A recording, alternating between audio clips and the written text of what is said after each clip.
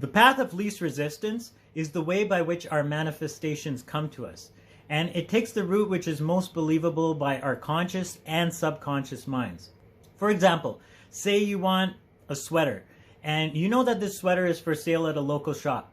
You drive to the shop, you pay for the sweater, and now it's yours. This took the path of least resistance, and this in fact was a manifestation. Everything in life is a manifestation, but we tend to delineate between simple day-to-day occurrences and those impossible things that we expect to appear in miraculous ways. To contrast the previous example, a simple miraculous manifestation that happens a lot to me is when I go into the office for my job as graphic designer. Now, I tend to rush in the mornings, and when I arrive, sometimes I'll have the thought of wanting a coffee. But then because of work, I get distracted and forget about figuring out how I'm going to get it.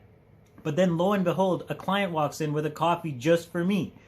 Without me worrying about the how, this path of least resistance involved them being a willing component in the process.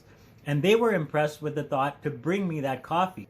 But there are still desires I've had for a while in which I know, because I've looked at what I believe about them materializing, that I have work to do to change my expectations of how the universe will unfold to deliver. We all have our own journey in understanding this, and when we can't consciously figure out how it will happen, we actually create that difficulty and lag because now we place mental roadblocks in the path of least resistance. But when we concede that even though we don't know the method through which it will be brought to us, and just remain unstressed upon the resolve that it will come, no matter what, we will be pleasantly surprised at just how precisely the universe can line these events and situations up for us in unexpected ways.